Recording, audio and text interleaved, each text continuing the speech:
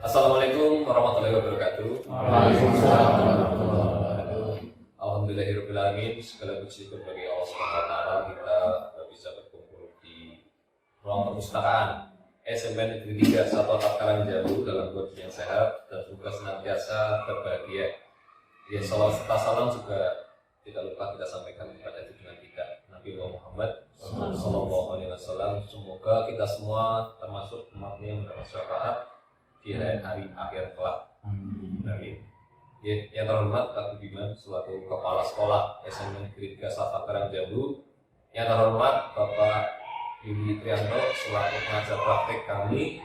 Yang tidak lupa juga teman-teman Bapak Ibu guru SD dan SMP dari SD Negeri 2 Samuatang dan dari SMP Negeri 3 Satu Atap Karangjamu. Perkenalkan saya di sini sebagai pembawa acara sekaligus nanti untuk memberikan laporan atau melaporkan aksi nyata kami modul 1.4 terkait budaya positif. Untuk yang pertama sambutan dari Pak Budiman selaku kepala sekolah terkait aktivitas kami di modul 1.4 budaya positif dan terkait juga keberlangsungan program pendidikan guru penggerak di SMP Negeri 3 Satu Atap Karangjamu. Oke, sekaligus untuk pembukaan nanti Pak Budiman. Mari kita mulai dulu kegiatan ini dengan bacaan basmalah bersama-sama. Bismillahirrahmanirrahim. Demikian berikutnya waktu dan tempat saya persilakan.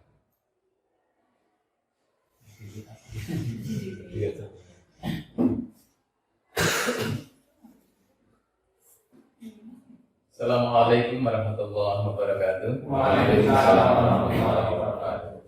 Bismillah, alhamdulillah, salatu wassalamu ala rasulillah wa ala alihi wa sahbihi wa mawala. La hawla wa la quwwata illa billah. Amma ba'du, yang kami hormati Bapak Yuli Trianto, pengajar praktek, Bapak Ibu yang hadir di kesempatan pagi siang hari ini, yang kami hormati pula, yang kami banggakan Pak Afika Dia Sabra dan Pak Awan Muhammad Kurniawan yang pada kesempatan pagi siang ini akan melaksanakan satu kegiatan aksi nyata terkait dengan guru penggerak. Dan tentu kami yang pertama selaku yang dituakan Kepala SMP Negeri 3 Satu Atap Karangjamu mengaturkan banyak terima kasih pada Pak Yuli Trianto selaku pengajar praktek yang tentu telah berupaya dan berusaha membimbing, mengarahkan, bahkan juga mungkin mengevaluasi apa yang menjadi tugas tanggung jawab dari Pak Dias dan juga Pak Awan sebagai calon guru penggerak, yang tentu dalam melaksanakan kegiatan ini masih banyak kekurangan, sehingga Pak Yuli selaku pengajar praktek tentu bisa mengarahkannya. Terima kasih banyak kami sampaikan. Dan juga kami sangat berbahagia dan berbangga hati pada Pak Afika Dias, Pak Ahmad Kurniawan, dan tentu Bu Rina yang telah masuk sebagai calon guru penggerak dari SMP Negeri 3 Satu Atap Karangjamu. Kenapa kami sampaikan hal yang sangat luar biasa dan bangga? Kalau orang Jawa itu mengatakan ingatase sekolah satu atap dan kondisinya di pencet di atas, tapi kok ada guru yang mengikuti seleksi CDP, tapi alhamdulillah masuk masuk ataupun diterima. Itu kan sangat luar biasa. Mungkin kalau untuk sekolah-sekolah yang bawah, yang kota, mungkin hal yang biasa. Tapi bagi kami ini hal yang sangat luar biasa. Dan mohon maaf juga kami bandingkan dengan sekolah-sekolah yang sebelah, paling hanya 1 atau 2, tapi kita 3. Berarti 5. Alhamdulillah, semoga doakan saya. Persentasenya itu juga jauh lebih tinggi. Kenapa? Kita 3 dengan jumlah yang guru yang sedikit, berarti hampir 40%. 40%. Tapi kalau gurunya 20 hanya ada 2, berarti hanya 10%. Ini keuntungan kita. Dan untuk yang selanjutnya, kami sangat berharap kepada teman-teman, Pak Dias, Pak Awan, dan Bu Rina, monggo pengalaman atau ilmu yang panjenengan miliki coba dilaksanakan, mumpung masih ada Pak Yudi yang nanti akan mengarahkan, mengoreksi, bahkan untuk menganalisa apa yang seharusnya dilakukan atau seharusnya dilaksanakan. Dan harapan kami kepada Bapak Ibu semuanya nanti untuk bisa bergerak dan menggerakkan, bukan hanya bergerak secara individual, menggerakkan secara individual, tapi juga menggerakkan teman-teman yang tentu sangat berharap ilmunya dari panjenengan semua. Saya yakin, kami yakin bahwa yang masuk JKT itu pengalamannya nanti akan jauh lebih banyak, karena akan mendapatkan ilmu dari berbagai pihak. Sekali lagi, kami sangat berharap teman-teman untuk bisa bergerak dan menggerakkan teman-teman, anak-anak kita, dan juga semua warga SMP Negeri 3 Satap Karangjangu.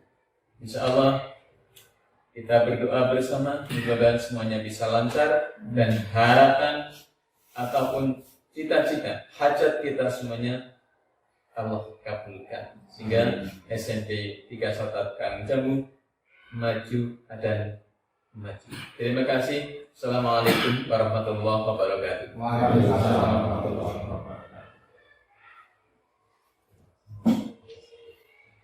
Oke, matur Pak Bima atas sambutannya, atas motivasinya untuk kami, saya, Pak Kawan, dan juga tadi Bu Rina dalam pendidikan guru penggerak, baik angkatan 8 maupun angkatan 9.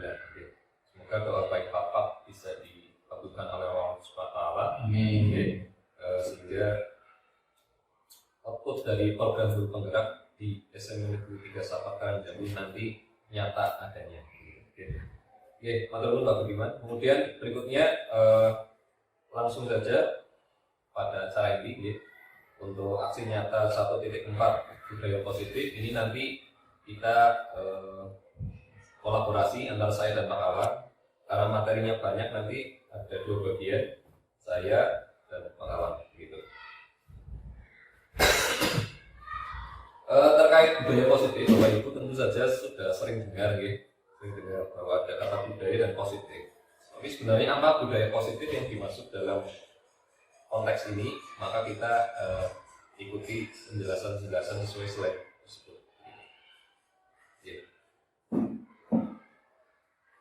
Jadi ada 2 bagian. Pertama adalah bagian pemahaman, berbagi pemahaman budaya positif. Jadi kami, saya dan Pak Kawan sudah mengikuti atau sedang, ini belum selesai, di modul 1.4. Jadi ada 10 modul, ini sudah jalan 4, gitu. Dan ini adalah modul yang kontennya paling banyak, sekaligus paling asik, karena langsung bersentuhan dengan keseharian kita, terutama dengan anak-anak. Saya sendiri juga untuk beberapa materi tersentil, karena ternyata yang saya lakukan ada beberapa hal yang tidak pas sesuai konsep tersebut. Iya. Beberapa pertanyaan pemantik Bapak Ibu. Apakah hukuman dapat mendisiplinkan anak Bapak Ibu? Kira-kira setuju nopo mboten?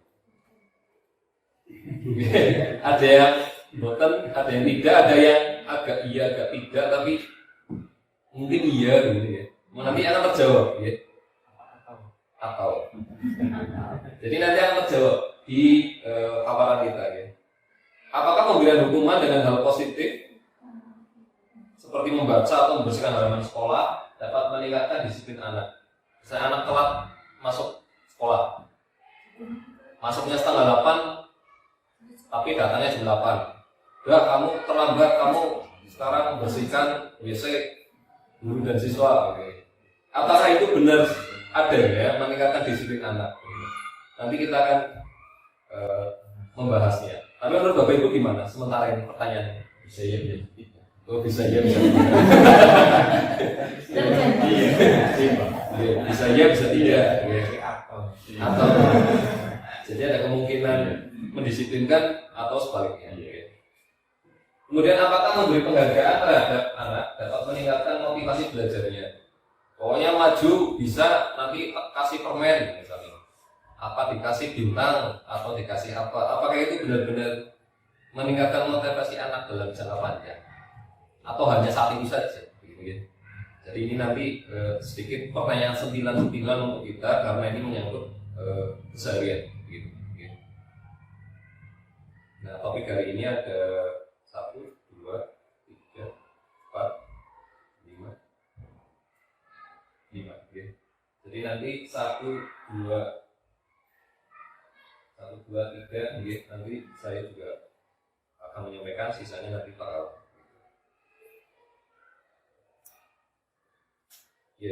Pertama adalah perubahan paradigma. Jadi ini program guru penggerak ataupun produk-produk kebijakan dari Kementerian Pendidikan menyasar paradigma. Jadi yang diubah bukan hanya level prakteknya, tapi lebih ke paradigma.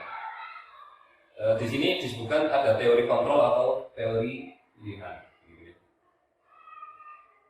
Nah, guru mengontrol murid. Ayo anak-anak sholat dulu berjamaah. Siapa? Mereka melakukan itu karena kitanya atau karena mereka mengizinkan dirinya diperintah oleh kita, apa gitu? Nah, kitanya biasanya. Nah, kita merasa bahwa gara-gara saya bicara mereka bergerakan seperti itu. Ternyata salah Pak. Ternyata salah. Ternyata itu hanya ilusi. Mereka nyapu Pak Miskun pagi-pagi nyapu. Itu karena bukan Pak Miskunnya Pak. Tapi karena ada sesuatu yang lain.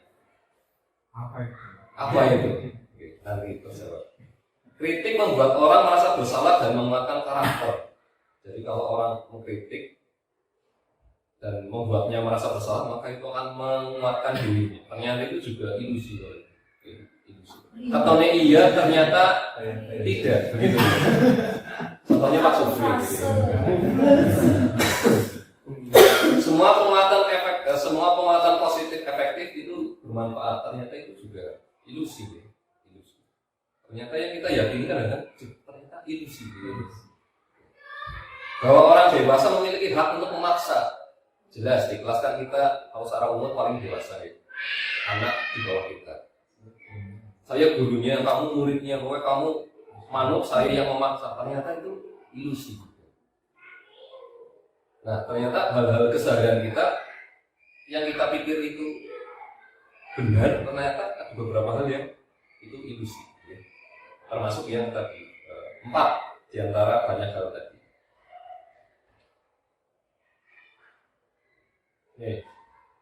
Disiplin itu artinya apa Bapak Ibu? Menurut Bapak Ibu, Pak Misbun Pak. Menurut Pak Misbun disiplin itu apa? Keteraturan. Oke. Terus Pak Supri Pak. Menurut Pak Supri disiplin itu apa? Manut.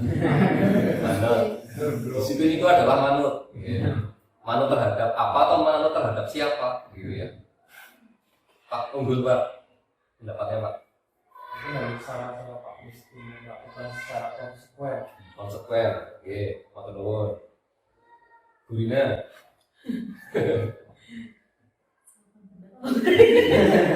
Jawabannya dengan yakini sekarang. Disiplin itu ya sesuatu hal yang di dalamnya ada proses belajarnya Pak. Oh, iya. Jadi tidak serta-merta harus sesuai aturan tanpa itu tidak, tapi di situ ada proses belajarnya. Oke, mana dulu? Ini saya tunjuk seracak, nanti yang belum menjawab bisa ditanya berikutnya. Kalau secara bahasa Latin, diskutina itu artinya memang belajar. Jadi di situ ada kejadian belajar gitu ya. Dan tadi disampaikan Pak Unggul dan Pak Miskun juga ada berkonotasi dengan disiplin diri dari murid-murid. Jadi ini kejadiannya saat Sokrates dan Plato gitu, zaman Yunani kuno. Di sana juga zaman dimana orang banyak belajar, begitu, budayanya sangat maju. Di sana juga muncul kata disiplina, ya, yang artinya juga belajar. Ya, dalam budaya kita bahwa disiplin itu biasanya berkaitan dengan waktu. Ya, ayo disiplin waktu berarti jam sekian harus datang, jam sekian harus ini, jam sekian harus itu. Itu disiplin waktu. Ternyata tidak melulu seperti itu Bapak Ibu. Tidak melulu terkait dengan waktu. Jadi kalau budaya kita itu tadi sesuatu yang dilakukan oleh seorang pada orang lain untuk mendapatkan kepatuhan. Tadi ya, manut gitu ya, maksudnya ya, bahasa Indonesia kan kepatuhan. Jadi pernyataan itu benar adanya. Karena tadi Bapak Ibu juga sudah menyampaikan disiplin itu berarti manut terhadap atau apa atau siapa.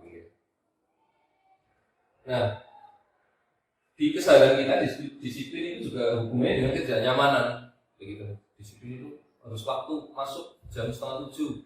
Anak tak bobok-bobok bangun jam sekian.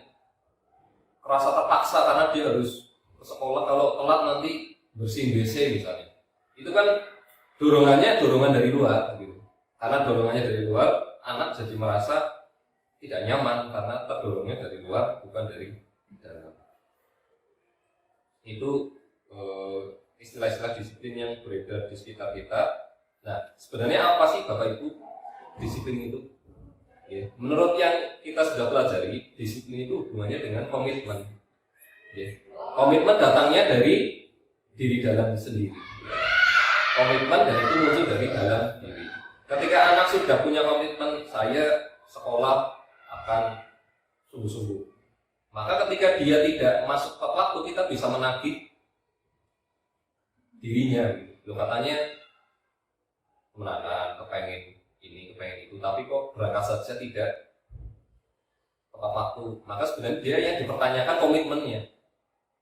Karena sudah komitmen. Jadi disiplin ini harus diawali dengan komitmen dalam diri seseorang. Nanti baru ditagih kapan waktu masuk, kapan pulang, dan seterusnya. Nanti itu hubungannya dengan disiplin waktu gitu.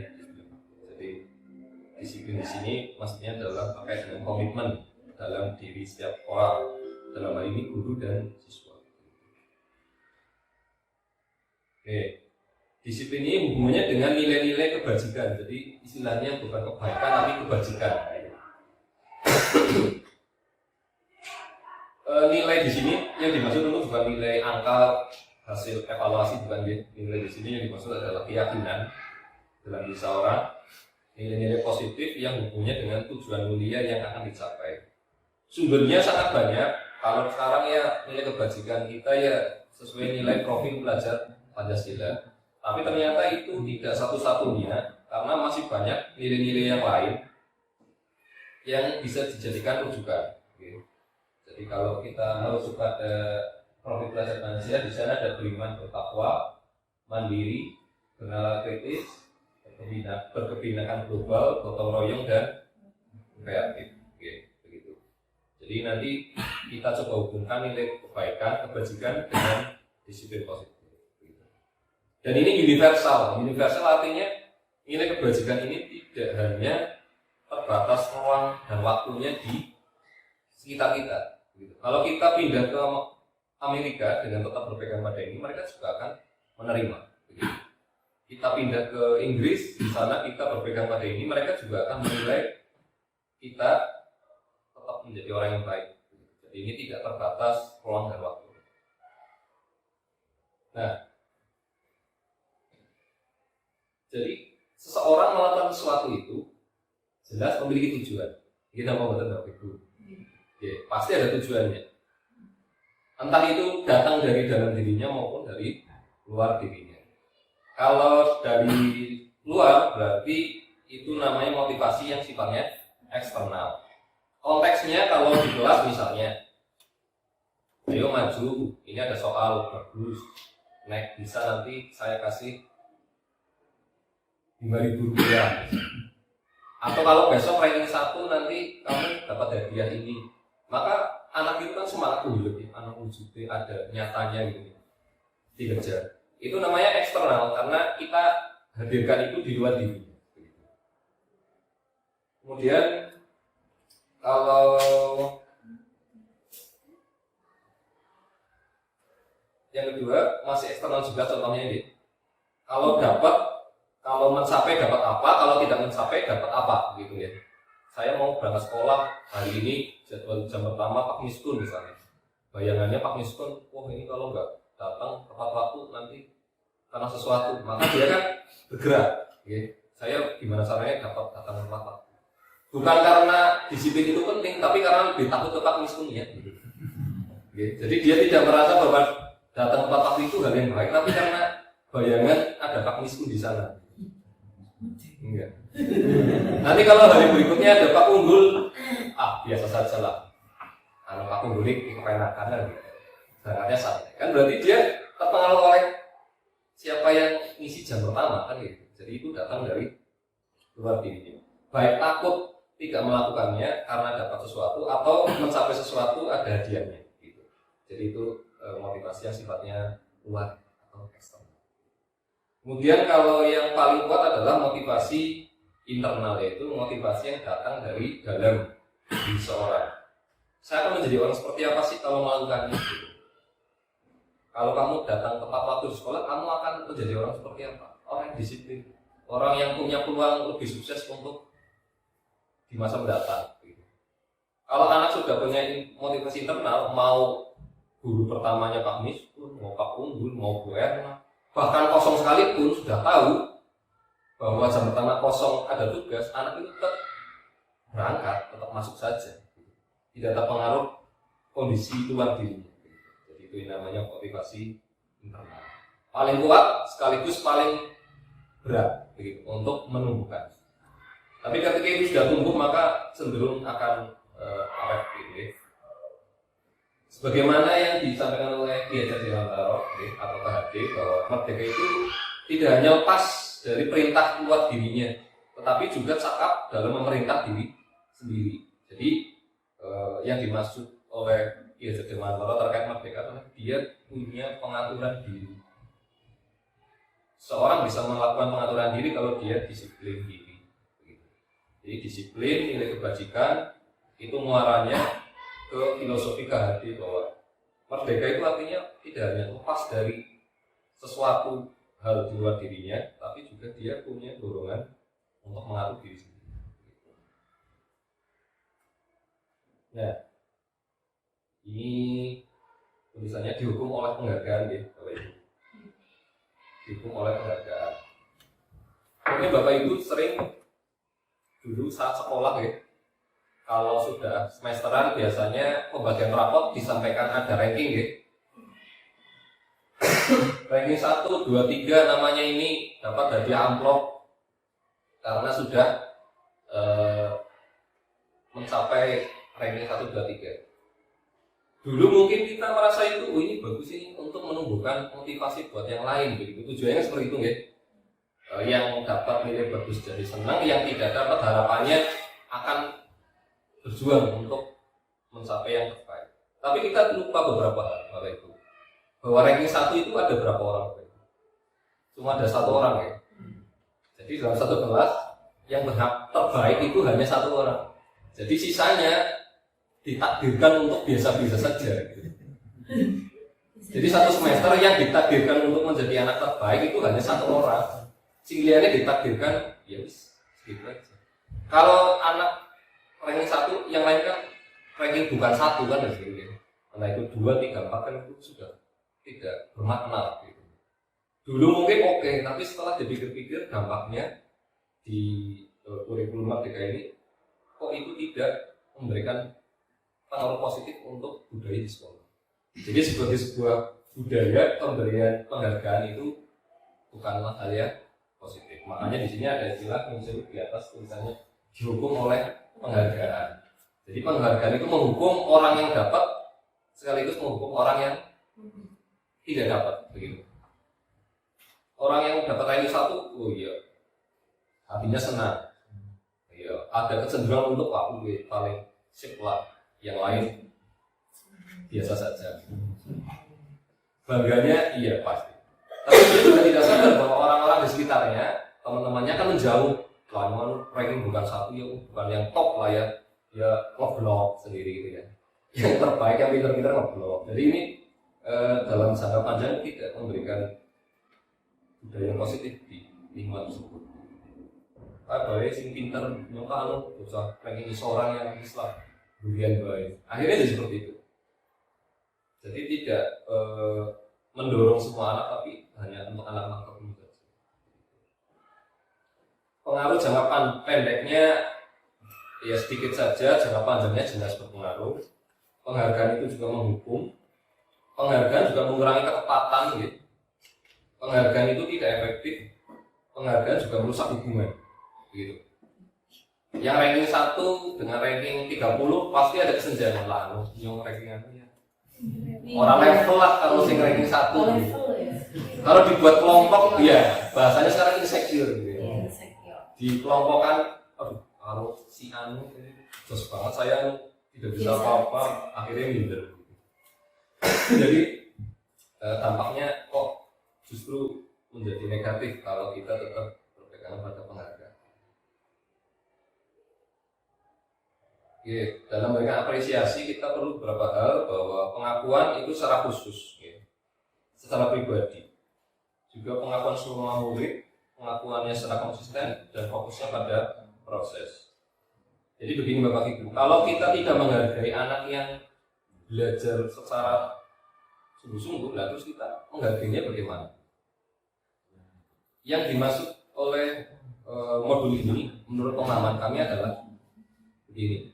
Ketika anak dari tidak bisa menjadi bisa, kira-kira anak tersebut merasa puas enggak Bapak Ibu? Iya ya. Kemarin tidak bisa, diajari Pak Kawan misalnya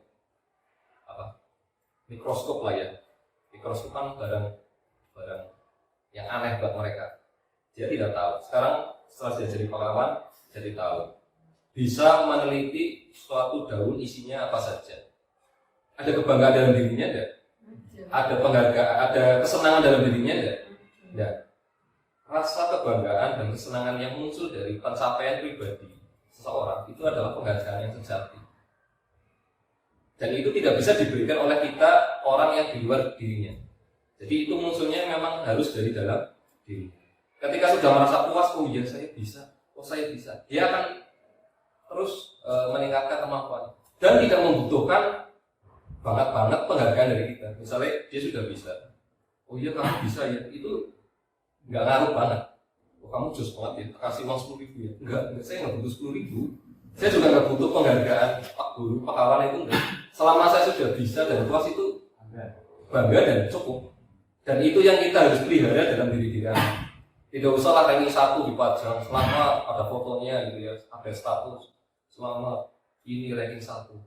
Ya, teman-temannya yang lihat ranking kira itu tidak positif jadinya. Yang penting dalam diri anak sudah mencapai target tertentu, dia bisa, dia puas, itulah penghargaan yang sejati yang bisa kita tumbuhkan. Jadi yang menghargai juga diri mereka sendiri.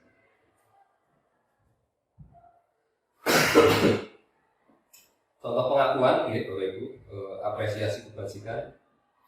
Contohnya seperti itu. Kemarin saya perhatikan rasa empati itu besar sekali. Ketika ada anak menolong temannya, maka yang kita bisa sampaikan adalah bahwa kamu empatinya bagus ya. Loh nggih Pak, nggih empati itu seperti ini. Empati itu baik sekali. Jadi lain kali kalau ada teman-teman yang kesulitan, selain menolong kamu juga punya rasa empati. Jadi dipupuk rasa itu. Dia kan nggak tahu empati itu artinya apa. ngertinya kalau ada teman tidak punya uang saku dan sebagainya ya cuma melas gitu. Padahal melas itu sesuatu yang harus kita tumbuhkan sehingga dia punya empati, rasa menghargai, kepedulian. Kalau ada teman-teman di kelompok juga bisa, misalnya di kelas 8 ada Mistiawati, seorang anak yang agak beda dibandingkan yang lain, bisa menulis tapi bicaranya tidak lancar, maka kita perlu menghargai dia dalam kelompoknya sesuai dengan kemampuannya. Jangan dituntut untuk menyampaikan pesan dengan lisan, karena pasti dia akan tersiksa, kan gitu ya. Tidak bisa bicara, suruh presentasi pakai mulut, pakai suara, itu justru akan menjatuhkannya, kan gitu. Nah, terus bagaimana supaya dia tetap bisa presentasi? Dia pakai tulisan agak besar, gurunya bantu ke depan dipampang. Saya ngomong ini dulu, saya ngomong ini. Itu menurut saya sama dengan anak yang presentasi di depan dengan hanya bicara. Jadi kita harus menghargainya dengan kondisinya masing-masing. Itu baik. Tapi kalau harus ngomong itu menyiksa dirinya.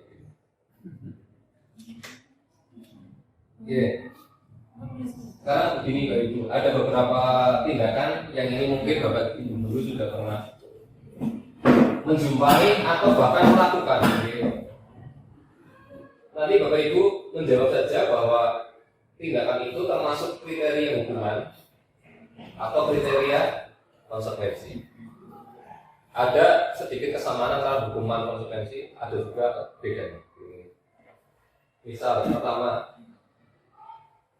anak mencatat 100 kali dalam bukunya dengan kalimat saya tidak terlambat lagi karena dia terbukti terlambat ke sekolah. Menurut Bapak Ibu, itu tindakan itu masuk kriteria hukuman atau konsekuensi Bapak Ibu? Hukuman, oke. Hukuman. Nanti kita cek. Lari mengelilingi lapangan basket 2 kali karena terlambat hadir di sekolah. Telat masuk, lalu lari dulu baru masuk ke kelas. Hukuman. Menurut Bapak Ibu ya, nanti kita cek. Murid diminta push up 15 kali karena tidak menggunakan masker.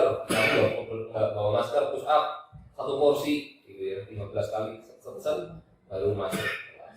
Masuknya hukuman apa konsekuensi Bapak Ibu? Hukuman. Nah, ada anak yang mengganti kertas temannya karena kertasnya dia coret-coret. Jadi dia coret-coret buat main-mainan, terus dia menggantikan kertas itu karena kertas milik temannya. Hukuman atau konsekuensi? Konsekuensi. Membersihkan tumpahan air di meja ya, karena tersenggol saat belajar. Ada air di meja, mungkin minuman tersenggol, terus anaknya disuruh membersihkannya. Itu masuk hukuman. Anak itu dikasih melakukan hukuman atau melakukan konsekuensi? Konsekuensi. Murid disuruh untuk tidak menggunakan sepatu seharian, jadi sepatunya dibuka, nyeker, karena anak tersebut tidak menggunakan sepatu hitam sesuai peraturan. Hukuman. Apri. Terus paturannya guys. Ini lari mengelilingi lapangan basket 2 kali karena terlambat 10 menit pelajaran PJOK. Ya, sama-sama lari tapi ini saat pelajaran PJOK. Kita coba lihat apakah demikian. Jadi yang mencatat hukuman, keliling lapangan terlambat hadir hukuman, push up hukuman, terus tidak pakai sepatu seharian karena sepatunya tidak hitam hukuman. Selain itu termasuk konsekuensi. Jadi kalau kita melihat konsekuensi itu adalah sebuah tindak lanjut dari karena dia tidak melakukan sesuatu dan tindakannya masih relevan dengan tindakan yang tadi dilanggar tadi. Kalau tindakannya nyenggol jadi tumpah, maka konsekuensinya membersihkan. Membersihkan apa? Tumpahannya, bukan membersihkan WC kan gitu ya.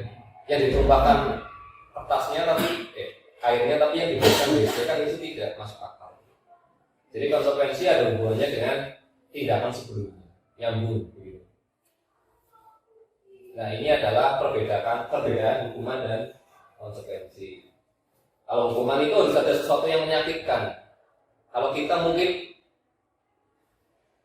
melakukannya menghukum anak mungkin ada kepuasan nih, kenapa gitu ya, ada kepuasan, saya kasih hukuman kamu karena sudah kalau dia tidak kelihatan sakit malah kita puas gitu ya, rasain tuh gitu ya. Telat masuk disuruh bersihin WC yang bau gitu ya, kita melihatnya dengan penuh kepuasan gitu. Maka itu adalah hukuman baik juga, dan ini tidak positif bagi sebuah budaya. Konsekuensi maka sesuatu itu harus terjadi, tapi tidak harus menyakitkan, ya. Tidak menyakitkan. Hukuman membuat anak sakit, fisik maupun hati. Kalau konsekuensi tidak, masih merasa nyaman, tetapi dia harus melakukan sesuatu yang memang tidak nyaman, tapi jangkanya pendek, begitu. Tidak jangka pendek. Hukuman juga membuat anak membenci kedisiplinan, kata ibu. Karena dia sudah tersakiti tadi. Kalau konsekuensi, anak lebih menghargai disiplin. Hukuman lebih terkait paksaan, harus tuduh. Kalau tidak, maka seperti ini, gitu ya, paksaan. Tapi kalau konsekuensi, hubungannya dengan stimulus dan respon, SR, gitu. Kalau gitu. Jadi ada sesuatu hal memunculkan tindakan yang lain, dan itu nyambung. Ada hubungan sebab akibat, gitu. Ada hubungan sebab akibat. Hukuman mendorong anak menyakiti diri, membuat dirinya merasa buruk, dan membuat anak kemudian menyembunyikan kesalahannya, merasa bersalah, malu, dia tidak dihargai dan sebagainya. Jadi hukuman ini kalau kita amati lebih membuat anak bahagia apa membuat anak menderita, Bapak? Menderita, ya. Sudah menderita tidak efektif lagi, gitu ya. Kalau konsekuensi ini agak tidak nyaman, tapi dampak jangka panjangnya dia menjadi anak yang lebih menyesuaikan diri, lebih punya konsep diri yang baik, lebih menghargai peraturan, dan tidak merasa kehilangan hak dari kelompoknya. Dia tidak merasa terasingkan. Oke. Jadi itu yang bisa saya sampaikan Bapak Ibu terkait disiplin dan nilai kebajikan, perbedaan hukuman dan konsekuensi. Berikutnya dilanjutkan Pak Kawan terkait praktik yang disebut restitusi. Oke. Kepada Pak Kawan, waktu tetap saya persilakan. Assalamualaikum warahmatullahi wabarakatuh. Waalaikumsalam warahmatullahi wabarakatuh. Ya, perkenalkan saya Ahmad Kurniawan untuk menyambung apa yang telah disampaikan oleh Bapak Mufiqah Dias Sabuka. Di sini saya lanjutkan untuk konsep budaya positif untuk modul selanjutnya tentang restitusi. Nah, jadi sudah membahas tentang hukuman, konsekuensi, dan bagaimana sih menyikapi supaya kita tidak menghukum, kemudian hukuman itu tidak menyiksa anak dan sebagainya. Maka apa yang perlu kita tempuh? Nah, di sini ada sebuah konsep namanya restitusi. Restitusi adalah proses menciptakan kondisi bagi murid untuk memperbaiki kesalahan mereka. Jadi yang difokuskan di sini adalah memperbaiki kesalahan mereka. Bukan misalkan anak nyiwet temennya, tapi dibalas dengan nyiwet gitu. Terus dibalas dengan nyiwet. Bukan seperti itu. Tapi bagaimana anak itu memperbaiki kesalahannya besok tidak nyiwet lagi, seperti itu. Nah di sini yang ditekankan restitusi itu seperti itu. Gitu. Jadi memperbaiki kesalahan mereka sehingga mereka bisa kembali pada kelompok mereka dengan karakter yang lebih kuat. Karakter yang lebih kuat tadi tidak memiliki motivasi untuk menjadi teman lagi. Gitu. Tapi kalau coba anak yang nyiwet kemudian dibalas dengan menyiwet lagi, mesti mereka tidak diterima, hubungan mereka pun akan terganggu. Gitu. Walaupun itu mungkin satunya saya sakit, kamu juga harus sakit. Gitu. Tapi ternyata itu malah membuat hubungan atau karakter mereka itu nggak kuat. Maka di sini fokusnya pada memperbaiki kesalahan. Restitusi merupakan proses kolaboratif, di mana di sini nanti di sekolah diterapkan restitusinya itu kolaboratif antara guru dengan murid. Gitu. Bisa juga kita kolaboratif dengan rekan sejawat. Bagaimana menyelesaikan permasalahan yang ada. Kolaboratif yang mengajarkan murid mencari solusi untuk masalah mereka. Jadi kita memantik mereka bagaimana mereka menemukan solusi atas permasalahan yang mereka lakukan. Gitu. Dan membantu murid untuk berpikir tentang orang seperti apa yang mereka inginkan. Pasti dalam diri manusia, pasti dalam hati kecilnya itu mereka itu ingin menjadi yang terbaik. Gitu. Gak ada orang bercerita itu menjadi orang jahat atau orang yang jahil pada temannya, kayak gitu. Nah, di sini mereka kita membantu bagaimana mereka memiliki tujuan yang mulia dan bagaimana mereka harus menerapkan orang lain.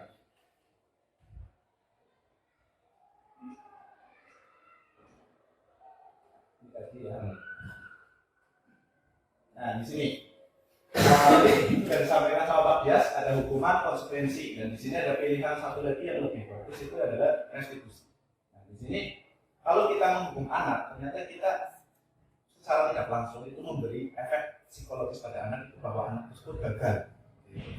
Nah, di sini ada dua alternatif supaya anak itu walaupun melakukan kesalahan itu dianggap sukses, gitu. Dengan cara apa?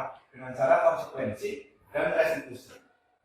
Jadi walaupun anak itu melakukan kesalahan, jangan cap. Walaupun kita nggak secara langsung mengecap, itu jangan mengecap anak itu gagal. Karena ternyata hukuman itu bukan malah menjadikan tadi yang sudah sampaikan Pak Dias, tapi malahan mereka, saya gagal, saya jadi keluar dari kelompok, saya bukan anak baik-baik seperti ini. Mereka akan mengecap akhirnya dengan sendirinya seperti itu. Saya anak yang benar, saya anak yang badung di sekolah. Di sini ternyata ada perbedaan antara identitas gagal dan sukses. Nah, diharapkan dengan perbaikan tadi, murid-murid itu menjadi lebih bisa memperbaiki, memiliki motivasi dari dalam dirinya, itu tanpa dipaksa. Misalkan sholat, walaupun tadi Pak Miskunya ngomong aja sholat dulu berjamaah. Kalau anak itu tidak mengizinkan dirinya, itu pasti tidak mau sholat. Nah, di sini lebih rincinya, hukuman itu sesuatu yang menyakitkan harus terjadi. Kalau konsekuensi itu sesuatu yang harus terjadi. Artinya ini memperbaiki. Kemudian restitusi itu merupakan pilihan. Jadi anak disuruh memilih untuk memperbaiki kesalahan itu.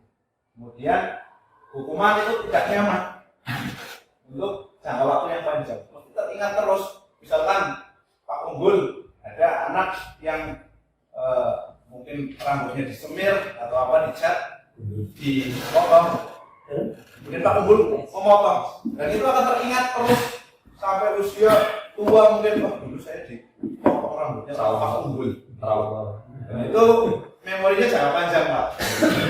Nah, di sini tidak nyaman ya untuk jangka waktu yang panjang. Tapi kalau konsekuensi kita tawarkan, kemudian restitusi yang lebih ditawarkan lagi. Jadi anaknya bagaimana supaya rambutnya itu tidak warna merah atau warna hijau, mungkin seperti itu. Kemudian ini hampir mirip dengan yang tadi, murid akan tersakiti. Kalau konsekuensi, murid akan dibuat tidak nyaman, tapi kalau restitusi, murid akan mendapatkan penguatan dari dalam diri, karena mereka yang berusaha untuk menyelesaikan masalah tersebut. Untuk identitas gagal dan sukses seperti itu. Jadi walaupun anak salah, jangan kita cap gagal. Gitu. Intinya seperti itu untuk hukuman, konsekuensi dan restitusi. Nah, di sini ada 9 ciri-ciri restitusi. Artinya seperti apa? Ciri-cirinya seperti apa? Yang pertama, bukan menebus kesalahan, namun belajar dari kesalahan. Jadi yang 40. Jadi yang saya sampaikan bahwa bukan untuk menebus kesalahan begitu. Anaknya joroknya atau mendorong anak tidak dibalas dengan mendorong, tapi di sini belajar dari kesalahan. Kemudian memperbaiki hubungan. Nah, kalau misalkan tadi berjanji tidak saling maaf-maafan, berjanji tidak untuk mendorong atau menyipit lagi, kan malah hubungan mereka itu lebih baik. Kemudian tawaran, di sini bukan paksaan. Jadi pada saat restitusi itu yang kita berikan itu tawaran, bukan paksa. Kamu harus seperti ini, bukan seperti itu. Tapi apa yang kamu bisa perbaiki setelah kamu melakukan kesalahan ini? Jadi mereka nanti akan menjawab. Restitusi menuntut untuk melihat di dalam diri. Restitusi mencari kebutuhan dasar yang mendasari tindakan. Jadi setiap tindakan itu pasti punya motivasi. Ya, entah itu misalkan gurunya sedang menjelaskan, anak-anak hanya menggambar di bukunya, itu mereka punya motivasi. Motivasinya apa sih? Restitusi diri adalah cara yang paling baik. Nah, dibandingkan 3 tadi, hukuman, konsekuensi sama restitusi, itu ini yang paling baik. Restitusi fokus pada karakter, bukan pada tindakan. Jadi pada karakter anak ditumbuhkan, motivasi dalam dirinya, bagaimana dia memperbaiki. Restitusi fokus pada solusi, bukan pada masalah. Kemudian restitusi mengembalikan murid yang berbuat salah pada kelompok. Jadi dengan tadi dia memperbaiki, maka dia tidak akan keluar dari kelompok. Mengapa tidak peraturan saja? Mengapa harus keyakinan kelasnya? Di sini kemarin saya, Pak Bias atau Bu Rina dan Bu Rina itu sudah mengimplementasikan keyakinan kelas. Mengapa kita memiliki peraturan harus menggunakan helm bila mengendarai kendaraan roda 2? Ini sebuah pertanyaan. Misalkan kita kan harus menggunakan helm di jalan raya. Terus yang kedua, mengapa kita memiliki peraturan 3 meter 3M? 3 meter 3M menggunakan masker, mencuci tangan dan menjaga jarak 1,5 meter. M sama ya. M kecil. Saya ngajak IPA. Ya. Yang ketiga, mengapa kita memiliki peraturan harus datang tepat waktu pada saat mengikuti pelatihan? Untuk mendukung motivasi intrinsik, kembali nilai-nilai keyakinan. Ya, bagaimana keyakinan kita? Kita mungkin merasa terpaksa harus pakai helm, mungkin kita sidotnya sudah rapi, sudah sangat santai gitu, harus memakai helm di jalan raya gitu kan. Kita kemudian kita harus pakai masker. Saya sudah lipenan gitu kan, kemudian harus mencuci tangan, cuci tangannya basah dan gitu kan, dingin. Kenapa sih saya harus menjaga jarak? Ngomongnya harus keras-keras gitu, nggak bisa bisik-bisik. Terus mengapa sih saya harus datang tepat waktu? Nah, ternyata di sini ada nilai-nilai keyakinan yang harus kita tumbuhkan. Untuk yang pertama, memakai helm. Ternyata kita punya, kita harus menjaga keselamatan pada diri kita. Nah, itu yang perlu ditumbuhkan untuk mendukung motivasi intrinsik. Gitu. Jangan karena jidatnya sudah rapi, jidatnya bagus, jadi nggak usah pakai helm ya gitu kan. Jangan seperti itu. Makanya kalau jangan seperti ini, nilai-nilai keyakinan. Anu kita thinking Kemudian tipenya baru ya tadi memakai masker untuk menghindari virus atau bakteri yang tersebar di udara.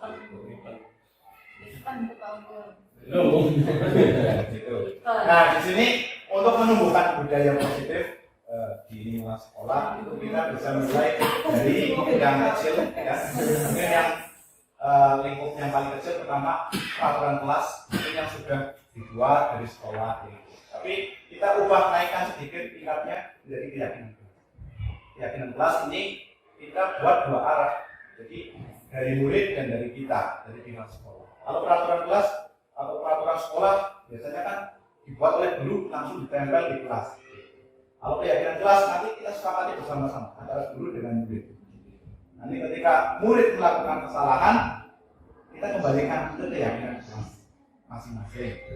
Nanti bisa jadi keyakinan sekolah. Kemudian dari keyakinan kelas ini bisa menjadi lingkungan positif karena nanti bisa mencakup semua kelas. Kemudian menjadi budaya positif sebelum instansi pendidikan atau sekolah begitu. Jadi untuk menyeluruh baik dari tenaga pendidiknya maupun dari gurunya maupun dari siswanya, orang sekolah semuanya ya, semua yang pihaknya terkait. Nah, di sini ada contoh yang mana yang merupakan keyakinan kelas. Mengapa? Tadi ada yang disampaikan Pak Des, ada nilai-nilai kebajikan gitu ya. Nah, di sini ada 2 kesepakatan kelas. Dari 2 ini ya, kira-kira menurut Bapak Ibu yang merupakan keyakinan kelas yang kiri atau yang kanan? Kiri yang ini, kanan yang ini. Yang mana? Yang kanan. Kenapa? Nah, ini ada nilai kebajikannya, saling menyayangi. Gimana Pak Miskun? Yang kanan apa yang kiri Pak? Yang kanan, kenapa Pak? Kebajikannya. Nilai-nilai kebajikannya. Nilai kebajikannya. Di sini ada saling menyayangi, semangat, dan di sini ada peduli. Begitu. Ya memang kita buatnya awalnya kesepakatan. Ini berbeda kesepakatan kelas. Ini nanti meningkat jadi keyakinan. Saya harus saling menyayangi, saya harus semangat dan belajar harus peduli dengan teman-teman. Nah, di sini ada beberapa peraturan. Nah, apa kira-kira untuk keyakinan kelasnya? Nah, kira-kira apa? Coba yang pertama, selalu kembalikan buku ke tempatnya. Kira-kira apa? Kalau diubah jadi keyakinan, kira-kira bahasanya Yang lebih mudah dan mengena anak. Gitu. Kira-kira apa Bu Erna? Coba. Bertanggung jawab. Nilai-nilai keyakinan yang dituju bertanggung jawab bisa bertanggung jawab. Bertanggung jawab karena sudah mengambil buku, jadi harus tanggung jawab untuk mengambil buku di tempatnya. Kemudian dilarang mengganggu orang lain. Ya, nilai apa? Di sini. Jadi saling menghormati, saling menyayangi. Ya, gitu. Kemudian jangan menarik di kelas atau koridor. Ini bisa nilai apa? Keyakinan kelas atau nilai kewajiban apa? Yang dituju kira-kira apa? Kira-kira apa? Keselamatan. Bisa. Jatuh. Gitu, ya. Selamat. Ya, nanti kalau untuk membuat keyakinan atau semangat kelas, gunakan kata-kata positif. Kalau di sini belum positif, nanti dipositifkan. Kan jangan menarik di kelas atau koridor, itu dipositifkan. Jadi apa? Berjalanlah di kelas atau koridor. Dengan hati. Nah, di sini kemarin ada 5 kebutuhan dasar baik pada diri kita maupun pada diri anak, begitu. Jadi untuk semuanya saja, ini ada 5. Kaitannya dengan ini ada kebutuhan untuk bertahan hidup, untuk kasih sayang dan terima, kemudian kebutuhan penguasaan, kesenangan dan kebebasan. Ternyata kita butuh yang namanya ini semuanya butuh ini. Misalkan lagi anak-anak bosan begitu butuh kesenangan.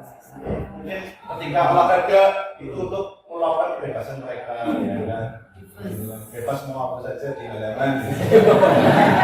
Seperti itu. Mereka memang harus dipenuhi semuanya. Kalau 5 ini tidak terpenuhi, mereka memang akan cari cara untuk memenuhi. Penasaran. Kalau mereka tidak mungkin misalkan di sekolah nggak ada pelajaran PJOK, mereka kan bawa bola kemudian main di kelas. Jadi seperti itu. Nah kalau misalkan sudah ada pelajaran olahraga kemudian masih main bola di kelas, nanti mereka olahraganya mungkin masih kurang gitu. Bebasnya masih kurang. Perlu dipenuhi lagi gitu kan. kurang bagus ya. Ini ada banyak sekali. Kemudian ketika anak diperintah nyapu di kelas tidak mau misalkan katakan seperti itu ya. Ternyata saya sudah nyapu di rumah banyak aturan gitu kan, mereka di rumah sudah banyak aturan, di sekolah banyak aturan. Jadi saya kok kebebasannya kurang ya. Jadi seperti itu. Nah, nanti kita bisa menggalinya kayak gitu. Setelah kami mempelajari modul 1.4 ini ternyata kita harus memahami mereka lebih dalam lagi. Karena kadang yang kita pahami atau yang kita yakini di dalam hati itu ilusi. Kadang ilusi, kita yakin benar, kita yakin ini sudah pas, jauh dari mana pas atau benar. Nah di sini tadi untuk ini lebih menyentuh lagi. Kalau ini tadi kita harus memahami, kemudian di sini kita harus memposisikan diri ketika menghadapi anak. Ada 5 posisi di sini. Ada 5 posisi. Yang pertama ada penghukum, kemudian yang kedua pembuat rasa bersalah, teman, pemantau, dan manajer. Nah di sini yang diharapkan menjadi gol utama kita menjadi pendidik itu posisi sebagai manajer. Ternyata kita sendiri, saya sendiri itu masih berputar di penghukum dan pembuat rasa bersalah. Gitu. Saya sendiri seperti itu. Kadang pembuat rasa bersalah itu apa ya? Kita kayaknya sudah benar banget. Contoh, kalau penghukum tadi yang anak memakai apa sepatu tidak hitam harus dilepas. Itu contoh penghukum. Dan pembuat rasa bersalah misalkan di kelas. Oh kamu tidak menghargai Pak Guru sih. Pak Guru kurangnya apa? Gitu. Dengan ada yang pelan. Gitu. Kita sudah merasa, oh saya sudah merendahkan harga diri saya gitu. Murid. Kita sudah merasa benar banget. Ya, kenapa sih kamu nggak menghargai Pak Guru? Pak Guru kurangnya apa? Nanti Pak Guru itu sama Mbak salah. Ternyata itu kurang pas apa itu? Itu baru di level 2 ya. Kita yang kita tuju itu di level 5 ini. bagaimana teman? Ya kita ya sudah levelnya sudah naik. Kalau level teman di sini kita ayolah lakukan demi ibu. Misalkan gurunya ada anak-anak, misalkan ayo anak-anak nyapu, ayolah demi ibu. Masa kamu tidak mau gitu membantu ibu, gitu kan? Itu tapi tidak membuat kita bersalah, tapi ini sebagai teman. Anak-anak kadang kalau kita posisinya sebagai teman, kadang anak-anak gimana teman saya kok jadi santai aja. Jadi menganggapnya yang kita sering anggap hanya melunjak gitu kan. Gitu. Makanya kita membatasi sekat kita dengan murid, tapi ya memang ada kalanya kita harus bergeser ke posisi yang lebih tinggi. Nah, kalau posisi lebih tinggi, apa peraturannya? Kita mengingatkan apa keyakinan di kelas. Nah, kalau yang posisi paling baik adalah di sini adalah manajer.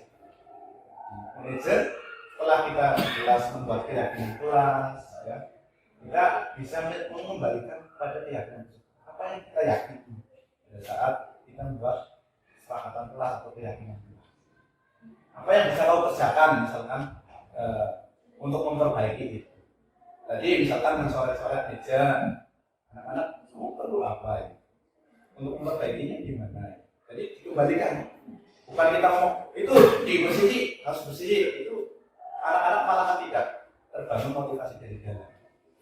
Nah, dari posisi manajer ini diharapkan nanti anak-anak tumbuh motivasi dari dalam diri mereka.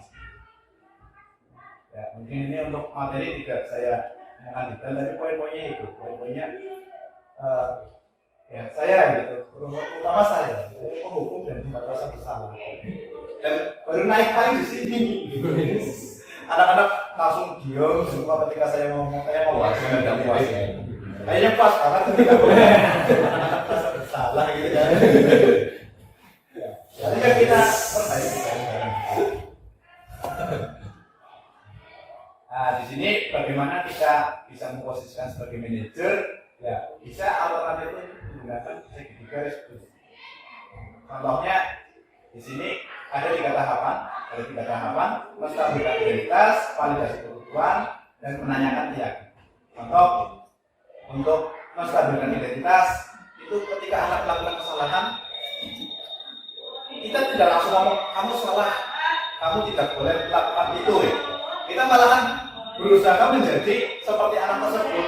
Contohnya di sini, setiap orang pasti pernah melakukan kesalahan. Bapak juga pernah melakukan kesalahan seperti itu.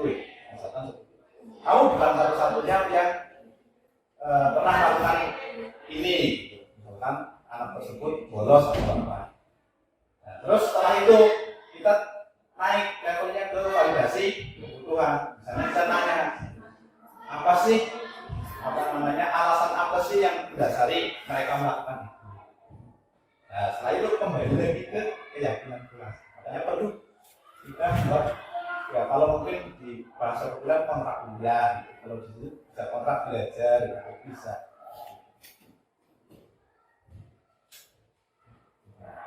Nah, silakan untuk Pak Jas. Nah, di sini kemarin sudah diimplementasikan untuk modul ini ada dua yang sudah saya dan Pak Jas implementasikan. Saya membuat keyakinan atau pengalaman kelas di kelas 8. Mereka pertama digali di sini mereka diminta untuk menuliskan. Ya, di sini untuk menuliskan harapan-harapan mereka atau apa sih individu seperti apa sih yang mereka inginkan baik dari diri sendiri maupun temannya. Kemudian nanti dari yang mereka tuliskan dikelompokkan, nanti dihubungkan dengan nilai kebajikan, akhirnya di sini muncul ada 6 kesepakatan atau keyakinan kelas. Kemudian mereka diminta untuk menandatangani supaya mereka sebetulnya rasa tanggung jawab ini dibuat bersama-sama. Ini keyakinan. Kemudian kemarin di kelas 9 juga melakukan penggalian kebutuhan dasar. Ternyata si A itu dari hasil instrumennya apa? Kurang kasih sayang. Terus saya tanya, kamu pasti kamu punya pacar? Iya. Berarti untuk memenuhi kebutuhan kasih sayangnya ternyata dengan pacaran. Ternyata mereka memenuhi kebutuhan dasarnya. di rumah tidak dengan orang tuanya, hanya dengan mbahnya dan lain sebagainya. Jadi kemudian ada yang ada dua di sana. Di kelas 9 itu kebutuhan yang mereka masih rendah, itu kebutuhan kasih sayang dan kebebasan. Mereka sudah ya mungkin di lingkungan sekolah sini menurut saya itu sudah bebas, ternyata mereka masih merasa belum bebas juga. Begitu. Untuk penggalian kebutuhan dasar di kelas 9. Itu saja dari saya. Dengan lain waktu ya.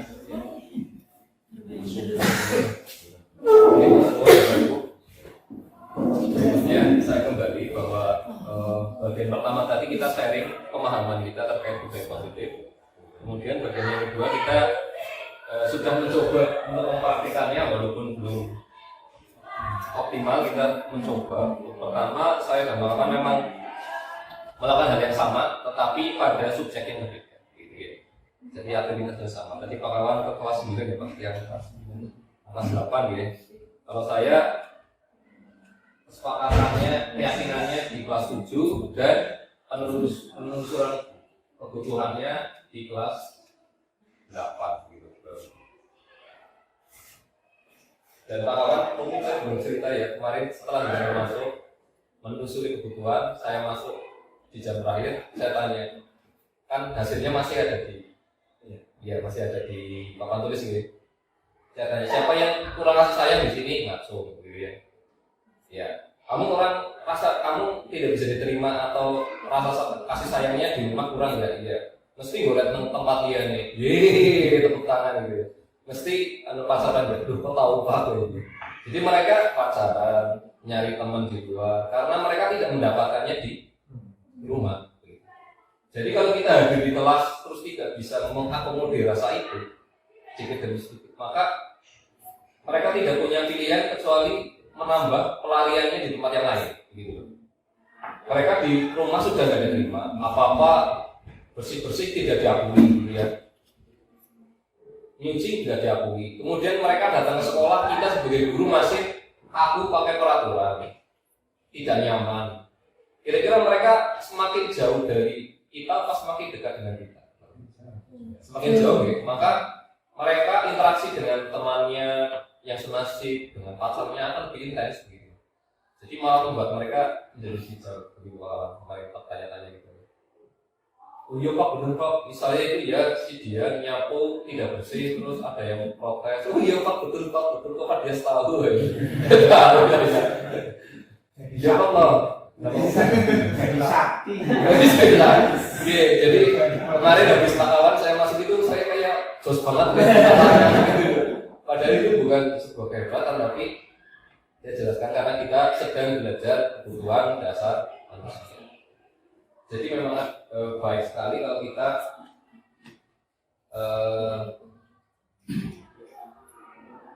masuk kelas dalam rangka pembelajaran, tapi juga memerhatikan kebutuhan anak. Karena memang anak di sini itu hasil asesmen kemarin ya Pak, rata-rata skornya di bawah 20 kan, 30. Di bawah 30, padahal skor maksimalnya 50. Jadi untuk semua kebutuhan di kelas 9 itu rata-rata skornya di bawah 30. Berarti hampir 5 kebutuhan yang Pak Kawan sampaikan tadi belum terpenuhi secara layak. Jadi pasti mereka bisa. Jadi mereka berusaha untuk memenuhi kebutuhannya dengan cara-cara yang mereka yakini benar. Padahal itu menurut kita tidak pas. Jadi kita perlu membimbing mereka sehingga kebutuhan terpenuhi dan tidak ada nilai kebajikan yang hilang. Karena ini saya juga sudah membuat keyakinan kelas di kelas 7 gitu ya. Mereka saya suruh nulis di kertas hal-hal yang menurut mereka baik. Kemudian saya tanyakan, misalnya disiplin masuk sekolah baik atau tidak? Baik. Ada nggak yang sepakat? Ada nggak yang tidak setuju bahwa disiplin itu baik? Nggak ada. Tidak ada yang menolak bahwa disiplin itu baik. Mereka menerima. Bahkan yang pernah melanggar pun meyakini bahwa disiplin itu tetap baik. Tapi dilanggar juga gitu. Dan jadi membuat keyakinan ini semacam kita membuat sebuah ikatan-ikatan gitu ya, yang datangnya dari anak. Kalau peraturan sekolah memang datangnya dari sekolah ya, satu arah. Tapi kalau keyakinan kelas datangnya dari anak, kita kelola, kita kembalikan lagi ke anak. Jadi mereka itu masuk kelas tepat waktu bukan karena takut siapa yang ngajar atau ada hukuman atau ada sanksi, tapi karena mereka meyakini bahwa oh ini memang baik untuk kita lakukan. Jadi kalau mereka melanggar, kita kembalikan lagi kenapa dan bagaimana. Kemarin keyakinannya apa? Oh iya Pak, kemarin sudah ini ya Pak, iya. Besok ya Pak. Harapannya seperti itu ya. Tapi ini belum terjadi. Prakteknya perlahan.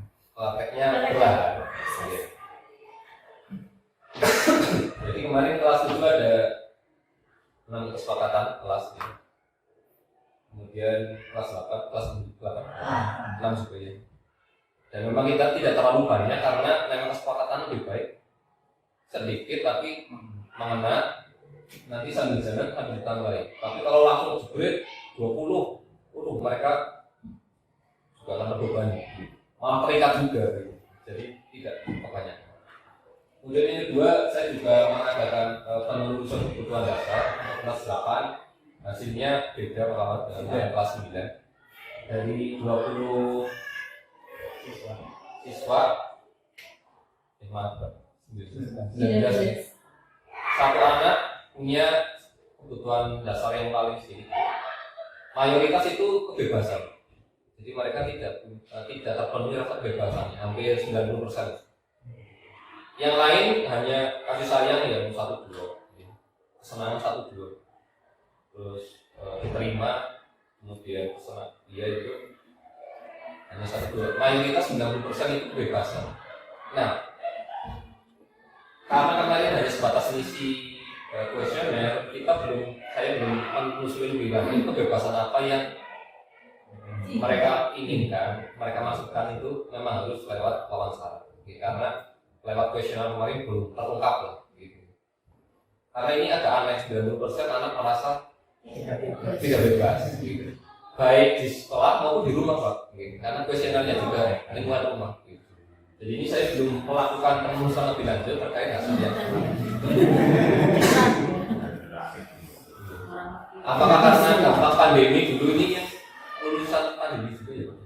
Ya Allah kan Mungkin ada dampak dari itu saya kurang tahu karena saya belum menelusuri. Terus dari Oke. Tapi selain kebutuhan kebebasan, tiga kebutuhan yang lain skornya di atas 40. Selain kebutuhan itu rata-rata di atas 40. Skor maksimal 50 artinya ya lumayan lah. Tidak fakir-fakir amat gitu ya.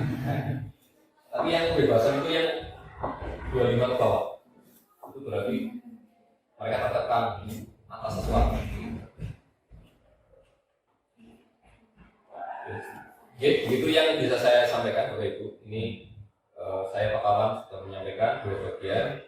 Bagian pertama pemahaman kita terkait demonstrasi, yang kedua praktik sedikit demi sedikit sudah kami lakukan. Tadi ada keyakinan kelas dan penelusuran kebutuhan dasar 4 gitu.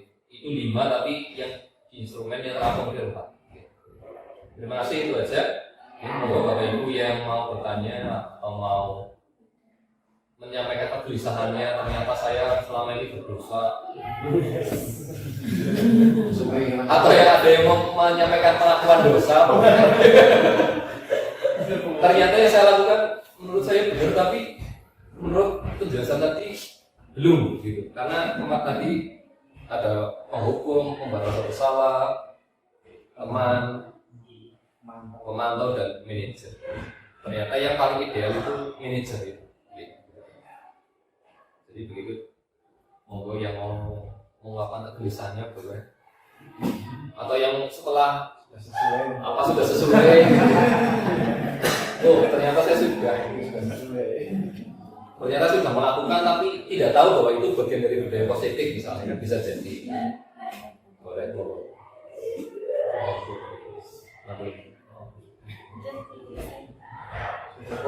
Cukup.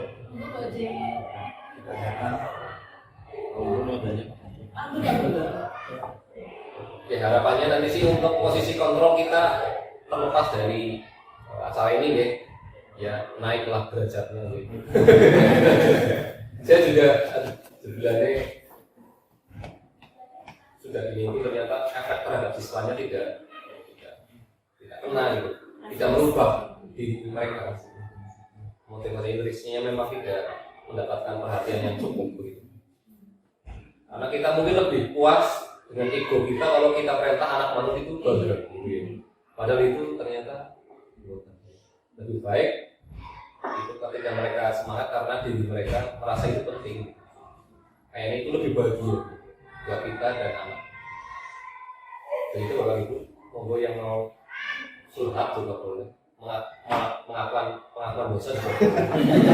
Atau mau diri sendiri juga nggak apa-apa. Ya, ya saya mungkin. Terima kasih atas ilmu baru ini ya. Bisa dikatakan ilmu baru karena setiap atau periodisasi tahapan ternyata yang terkait dengan penegakan kedisiplinan ataupun mendidik anak-anak kita untuk menjadi baik ternyata berbagai macam metode atau berbagai macam cara. Kalau dulu mungkin zamannya kita itu dalam bentuk yang keras, ketika kita melakukan satu pelanggaran ataupun kesalahan tidak luput dan tidak lepas dari istilah jewer. Jewer. Barangkali kita bisa mengingat kembali. Kemudian apa tanggapan kita? Kemudian apa reaksi kita ketika kita mendapatkan hukuman itu? Kemudian tahapan berikutnya ternyata perlakuan yang semacam itu ternyata tidak humanis, tidak manusiawi, itu menyakitkan dan sebagainya. Sampai sebelum adanya kurikulum Merdeka pun kita sudah melakukan humanis untuk menghilangkan hukuman yang pada saat itu kekerasan dan sebagainya, karena itu adalah menyakiti dan itu adalah melanggar HAM.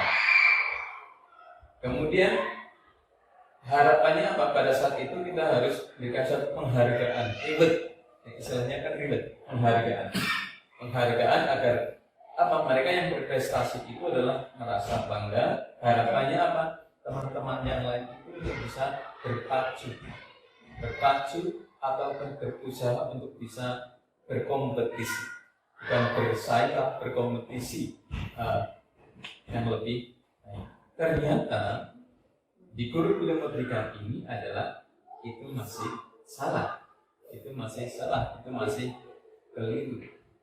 Nah, harapan kami, monggo kita semua setelah kita mendapatkan ilmu ini, hendaklah kita bisa membandingkan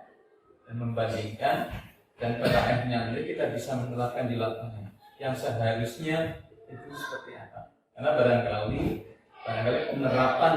penerapan kemerdekaan pada peserta didik ini, kondisi di lapangan mungkin berbeda antara di satu tempat dengan di tempat yang lain. Sama halnya misalkan kurikulum Merdeka, kurikulum K13 ataupun yang model sekarang kan semua yang beraktivitas atau aktif itu adalah peserta didik. Guru hanya sebagai fasilitator. Guru hanya sebagai fasilitator. Apakah model seperti itu di sini? Bisa. Nah, ini. Namun kami juga mohon kita berupaya dan berusaha bahwa ini adalah satu ilmu dan tentu ini yang diharapkan pada saat sekarang ini, dan dapat kita nanti bisa membandingkan dari periode dulu, berikutnya dan sekarang. Harapannya kita bisa menemukan ataupun titik temu yang sebenarnya berarti anak yang tepat untuk kita kita adalah ini. Jadi paling kami juga hanya berharap kepada teman-teman bahwa apa yang pernah kita alami, kemudian apa yang pernah kita lakukan, dan apa yang mungkin ini belum kita lakukan, akan kita lakukan, bisa membandingkan dan bisa membandingkan, dan sekaligus untuk bisa menarik satu kesimpulan sehingga yang tepat untuk kita lakukan adalah model apa hukuman atau apa dan sebagainya. Mungkin barangkali itu sekaligus untuk membuka pikiran sehingga kita tidak terpaku pada teori yang sekarang. Ini teori juga bagus teori sekarang, tapi juga untuk bisa membandingkan ini yang lalu seperti ini, seperti ini, seperti ini. Barangkali itu matur nuwun. Oke, turun Pak Budiman atas penyampaiannya tadi. Kemudian mari kita menindaklanjuti secara bersama-sama gitu sesuai tugas masing-masing baik di SD maupun di SMP begitu. Monggo Pak Ibu lagi barangkali ada yang mau menyampaikan pendapatnya atau cukup ya. Oke, kalau cukup kita akhiri ya. Kita mengucapkan terima kasih kepada Bapak Ibu guru semua yang telah hadir dalam aksi nyata kami 1.4 terkait budaya positif. Saya Afika Desa Putra dan teman saya Gunawan yang sudah melakukan aksi nyata ini. Kita mengucapkan terima kasih, semoga bermanfaat ya. Semoga menjadi refleksi buat kita bersama ke depan ya. Kemudian kita juga mohon maaf jika ada kata-kata yang tidak berkenan ya. Pilihan kata yang kurang tepat atau tersentil dengan materi-materi tadi karena barangkali nadanya kurang pas, jadi penerimaannya beda begitu ya. Ini karena semata-mata kurang kami untuk menyampaikan gitu. Terus kita akhiri dengan bacaan hamdalah bersama-sama.